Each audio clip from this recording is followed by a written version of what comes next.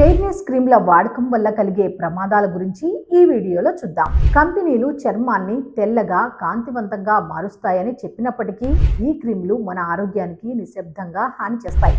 చాలా ఫెయిర్నెస్ క్రీములలో పాదరసం అదే మెర్క్యూరీ అనే విషపూరిత లోహం ఉంటుంది.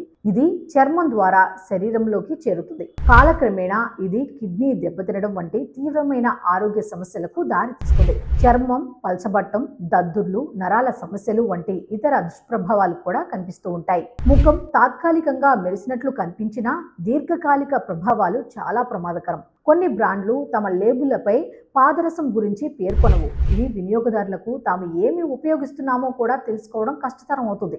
దీనికి పరిష్కారంగా పదార్థాలను తనిఖీ చేయాలని, అలాగే తెలియని బ్రాండ్లను నివారించాలని చర్మ నిపుణుడిని సంప్రదించాలి. నిజమైన చర్మ ఆరోగ్యం సరైన సంరక్షణ ద్వారా వస్తుంది తప్ప హానికరమైన రసాయనాల ద్వారా కాదు అని మనం తెలుసుకోవాలి.